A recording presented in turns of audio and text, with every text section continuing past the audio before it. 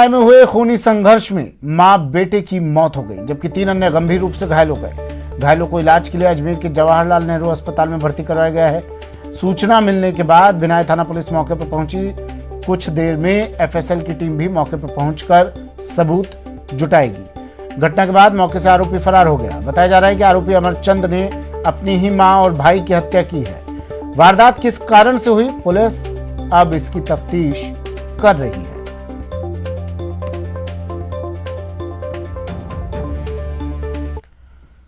कोटा के नया गांव स्थित बाल संप्रेषण गृह में हुए मारपीट मामले में आर के पुरम पुलिस ने आधा दर्जन से ज्यादा के खिलाफ मामला दर्ज किया है। वहीं बाल संप्रेषण गृह के बाहर सादा वस्त्रों में जवानों को तैनात कर सुरक्षा व्यवस्था कड़ी की गई है। बता दें कि बुधवार को बाल अपचारियों के 2 गुटों में संघर्ष हो गया था। उन्होंने निरीक्षण दल और स्टाफ के साथ मारपीट की थी। इस दौरान कुछ अपचारी और स्टाफ चोटिल हुए थे।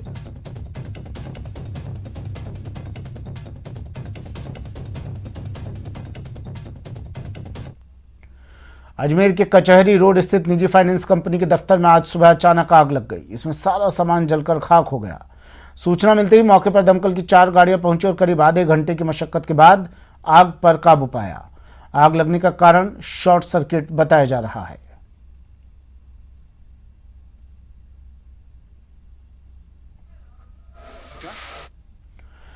अजमेर संभाग के सबसे बड़े जवाहरलाल नेहरू अस्पताल के न्यूरो सर्जरी वार्ड में लगे एयर कंडीशनर में ब्लास्ट हुआ, जिसके कारण वार्ड में भीषण आग लग गई। आग लगने के साथ ही आनन फानन में वार्ड को खाली करवाया गया और तुरंत आग पर काबू पाने के प्रयास किए। वार्ड में भर्ती मरीजों को दूसरे वार्ड में शिफ्ट कर समय रहते आग पर काबू पाया गया, जिसके चलते बड़ा हादसा होने से टल गया। घटना के वक्त वार्ड में 12 से ज्यादा मरीज भर्ती थे और उनके परिजन भी मौजूद थे।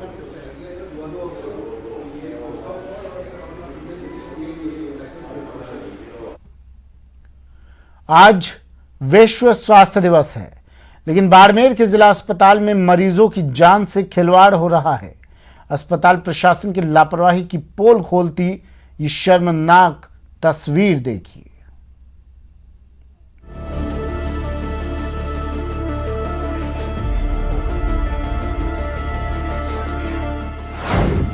अस्पताल में लापरवाही अनलिमिटेड, मरीजों की जान से खिलवाड़, लापरवाह अस्पताल मुश्किल में जान।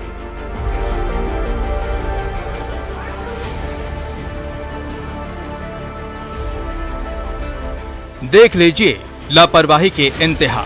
ऑपरेशन थिएटर से सीधे वार्ड तक पैदल जाने को मजबूरी है। लापरवाही ऐसी कि मरीज की जान पर भारी है। इंसानियत को शर्मसार करने वाली ये तस्वीरें हैं बाड़मेर के जिला अस्पताल की, जहां 25 महिलाओं ने नसबंदी करवाई, लेकिन ऑपरेशन थिएटर से वार्ड में शिफ्ट करने के लिए स्ट्रेचर नहीं था। लिहाजा परिजनों के सहारे पैदल ही सभी महिलाओं को वार्ड तक लाया गया। और तो और वार्ड में एक बेड पर 2-2 महिलाओं को लिटा दिया गया, जहां ना तो पंखा है ना ही बेड पर चादर। यहाँ पे जो लेडीज को ऑपरेशन कराते हैं ना, तो पैदल चला के जाते हैं। वो भी मुसीबत से चला के वो दूर से लेके आते हैं। फिर मौचे पे ले आते हैं तो मौचा नहीं है सोने का, ना कोई चदरी है ना माचा मिल रहा है। एक जो पलंग पर 2-2, 3-3 लेडीज को भी मुसीबत से सुलाई जाती है। वो भी मुसीबत, कोई वैसा नहीं है यहाँ पे जो सरकारी हॉस्पिटल। इतनी गर्मी है और इतनी परेशानी हो रही है लेडीज को। ये ऑप्शन किए हुए लुगायों को कितनी दूरी पर ये झाल कर ले जा रहे हैं, कोई गाड़ू ले भी है नहीं, कबाड़ी पर भेज दिए सब। अनलिमिटेड लापरवाही की तस्वीरें तो आपने देख ली, अब जरा अस्पताल प्रशासन की दलील भी सुन लीजिए। वार्ड में अगर वो देर में देख लेता हूँ, सदर की कोई कमी नहीं है। और स्टेशन तो सभी जगह, कहाँ स्टेशन नहीं है, कोई वार्ड ऐसा नहीं है जहाँ पे स्टेशन नहीं है। हाँ, वो तो कभी ज्यादा तो 2-2 सुलाते हैं, तो करना पड़ता है, ऐसा कुछ नहीं है, लेकिन स्टेशन सभी जगह है। सच तो यही है कि अस्पताल प्रशासन लापरवाही पर पर्देदारी करने में जुटा है। ऐसे में बड़ा सवाल है कि आखिर इस अस्पताल में मरीजों की जान से खिलवाड़ कब तक। न्यूज़ 18 राजस्थान के लिए बाड़मेर से प्रेमदान की रिपोर्ट। खबर बीकानेर से। बीकानेर के खाजूवाला में 2 ट्रकों की आमने सामने की हुई भिड़ंत में एक ट्रक ड्राइवर गंभीर रूप से घायल हो गया। ग्रामीणों और पुलिस ने कड़ी मशक्कत के बाद केबिन में फंसे ड्राइवर को बाहर निकाला। इसके बाद सीएचसी खाजूवाला में प्राथमिक उपचार के बाद बीकानेर रेफर कर दिया गया।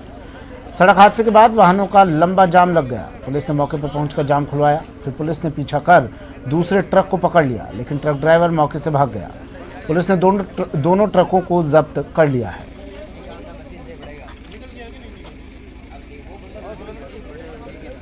चूरू के रतनगढ़ में नेशनल हाईवे 11 पर निजी बस और ट्रक की भिड़ंत हो गई, जिसमें एक महिला की मौत हो गई और 2 बच्चों समेत 12 लोग घायल हो गए।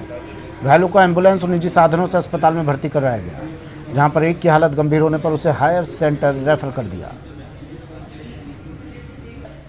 1 किलोमीटर रतनगढ़ साइड में ट्रक जो रतनगढ़ से जयपुर की तरफ जा रहा था और प्राइवेट बस थी जो कोटा से जयनगर जा रही थी। आमने सामने की टक्कर हुई। ट्रक ने रोंग साइड में आके बस की टक्कर मारी, जिससे बस रोड से साइड में गिर गई और ट्रक का कैबिन भी पूरी तरह क्षतिग्रस्त हो गया, जिसमें ट्रक चालक को भी काफ़ी चोटें हैं, जिनको भर्ती कराया। करीबन 10-12 बस में सवारी हैं, उनको भर्ती कराया, जिनमें एक महिला की डेथ हो गई। राजस्थान यूनिवर्सिटी के कर्मचारी इस समय अपनी मांगों को लेकर कुलपति सचिवालय के बाहर अनशन पर बैठे हैं। कुछ कर्मचारी जहां 27 सालों के फिक्सेशन की मांग को लेकर अनशन पर हैं, तो वहीं राजस्थान यूनिवर्सिटी के प्रयोगशाला सहायक वेतनमान की मांग को लेकर अनशन पर बैठे हैं। 3 दिन बीत जाने के बाद भी आरयू प्रशासन ने कोई वार्ता नहीं की। अगर अगले 2 दिनों में आरयू प्रशासन कोई उचित समाधान नहीं करता है तो अनशन पर बैठे कर्मचारी आमरण अनशन पर बैठेंगे, जिसकी पूरी जिम्मेदारी आरयू प्रशासन की होगी। ये बात अनशन पर बैठे कर्मचारियों ने कही। जिंदाबाद जिंदाबाद जिंदाबाद जिंदाबाद जिंदाबाद कर्मचारियों को 27 करना धरना तो एक ही है, लेकिन इसमें 2 तरह के लोग बैठे हुए हैं, 2 मांगों को लेकर बैठे हुए हैं। एक तो वो कर्मचारी हैं जो प्रयोगशाला सहायक के पद पर काम कर रहे हैं। वो लोग 30 दिसंबर को इसी लोन में भूख हड़ताल पर बैठे थे कि उनको प्रयोगशाला सहायक का वेतनमान दिया जाए। सिंडिकेट हुई, सिंडिकेट के बाद में भाई सांसद यहाँ पर आए, मैं भी उस समय मौजूद था और उन्होंने भूख हड़ताल ख़त्म करा और कहा कि आदेश हो निकल जाएगा। पत्रकारिता एवं जनसंचार विभाग के MA फर्स्ट सेमेस्टर के छात्रों ने आरयू में कुलपति सचिवालय का घेराव किया और करीब 1 घंटे कुलपति सचिवालय के अंदर धरना भी दिया। छात्रों का आरोप है कि आरयू ने एक आदेश जारी कर समस्या खड़ी कर दी है, जिसके तहत MA फर्स्ट सेमेस्टर के छात्रों को अब 9,077 रुपये फीस 9 अप्रैल तक जमा करवानी होगी। एडमिशन हमने लिया तो हमसे 7,910 रुपये एडमिशन का चार्ज हमें बताया गया था और एडमिशन की फीस ली गई थी। लेकिन कल एक आदेश यूनिवर्सिटी ने निकाला है कि आपको 9,000 फीस और जमा करवानी पड़ेगी। अगर नहीं जमा कराते तो आपका सेमेस्टर का एग्जाम हम नहीं लेंगे। ये बीच सेमेस्टर के अंदर हमसे 9,000 रुपये मांगे गए। ना तो हमें पहले इसके बारे में कोई सूचना दी गई थी, ना ही हमें बताया गया था। जब हमने विद्यार्थियों ने पूछा था तब भी यही कहा गया था कि कोरोना की वजह से आपकी फीस कम ली जा रही है और आपको केवल 7,910 रुपये ही जमा करवाने। लेकिन अब हमारे साथ बीच सेमेस्टर में खिलवाड़ किया गया है, हमसे 9,000 और मांगे गए। साथ ही साथ अगर हम सेमेस्टर की फीस नहीं जमा कराते तो जो एडमिशन के हमने 8,000 जमा करवाए थे वो भी हमारे चले जाएंगे और हमारा बीच सेमेस्टर में अगर हम एग्जाम फीस नहीं अपनी 9,000 नहीं जमा कराते तो हमारा सेमेस्टर का एग्जाम भी नहीं लगेगा। ये हमारे साथ सरासर धोखाधड़ी है। जितने भी पैसे वहाँ पर लिखे हुए हैं ऑनलाइन वही उनसे लिए जा रहे हैं, लेकिन हम लोगों के साथ में ये नाइंसाफ़ी हो रही है। जितना प्रोस्पेक्टस में लिखा हुआ था ऑनलाइन 2021 के ईयर के लिए वो वहाँ पर 7,980 रुपये लिखा हुआ था, लेकिन अब हमसे उतने ही ज़्यादा रुपये। महिला सशक्तिकरण की दिशा के अजमेर डिस्कॉम ने ऐसा विद्युत सब स्टेशन तैयार किया है जिसकी पूरी कमान महिलाओं के हाथ होगी। एक सादे समारोह में संभागीय आयुक्त वीणा प्रधान ने फीता काटकर इसका विधिवत उद्घाटन किया। इस दफ्तर में सहायक अभियंता सहित 15 स्पेशल लेडीज की ड्यूटी लगाई है।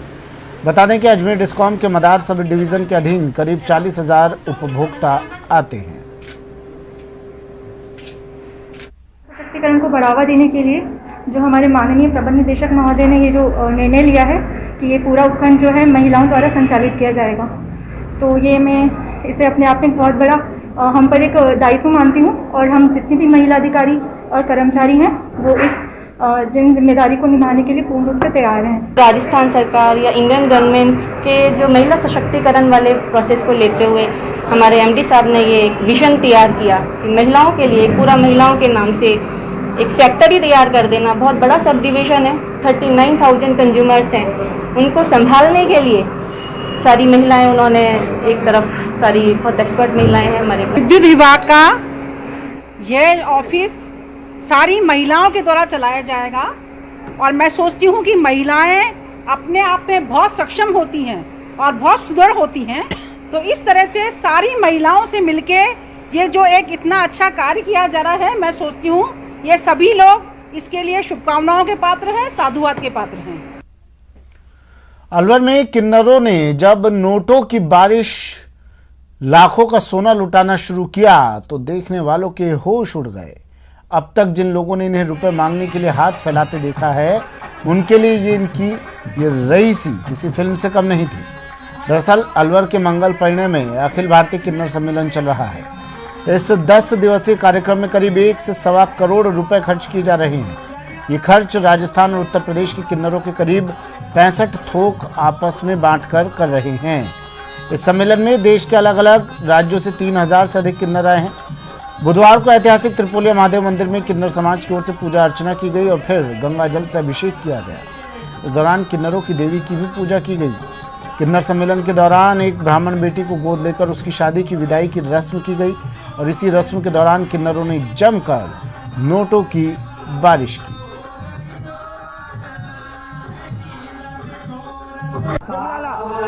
ये तो वक्त के माहौल बदलते रहते हैं, मगर किन्नर समाज में सबसे बड़ा दुख है अकेलापन। अच्छे सेठ से ज़्यादा दौलत है जब भी हम अकेले। जो किसी से कह सकते हैं वो कोई नहीं, जो बांट सकते हैं वो कोई नहीं, इसके सिवा कोई दुख नहीं। तुम्हारे बच्चे जियो, तुमसे अच्छा खावे, तुमसे अच्छा बने और तुमसे ज़्यादा मौज में रहें तुम्हारे बच्चों की बदौलत। मगर वही है कि जब दिल रोवे तो आंसू पहुंचने वाला कोई नहीं।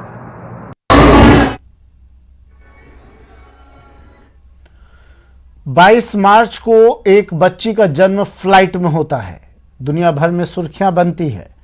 वही बच्ची आज भी चर्चा में है और इस बार चर्चा हो रही है उसके बर्थ सर्टिफिकेट को लेकर, जिसे बनाने के लिए उसके परिजन ऑफिस चक्कर काट रहे हैं। फ्लाइट में डिलीवरी सर्टिफिकेट का चक्कर, जवाजा से ब्यावर तक सरकारी चक्कर, बर्थ सर्टिफिकेट के लिए ऑफिस।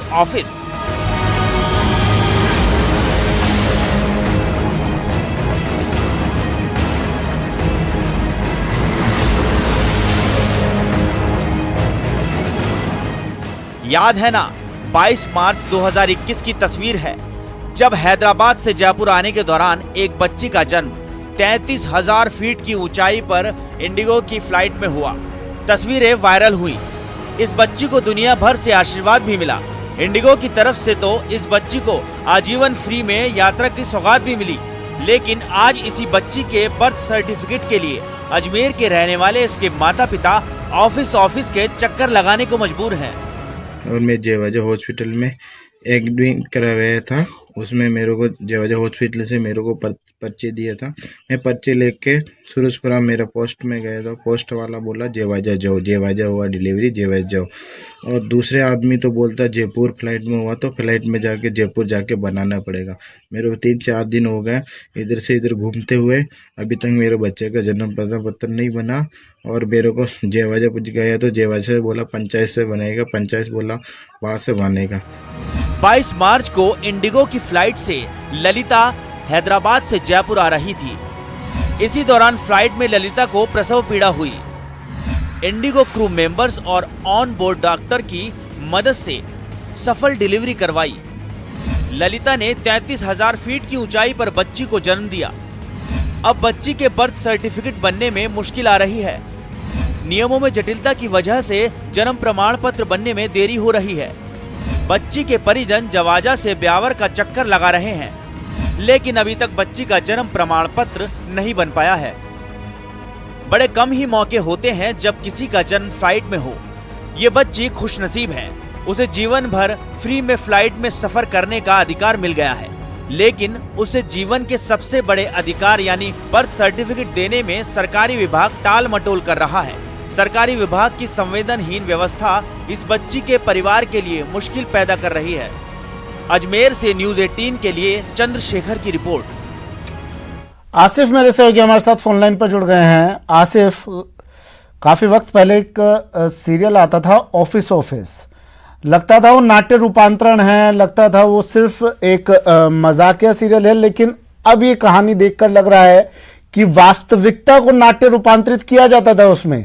ये कहानी कुछ उसी तरह की लग रही है। आसिफ, क्या अपडेट है अब इस मामले में आपके पास? क्या कोई ये प्रोसेस आगे कहां तक बढ़ा है अब?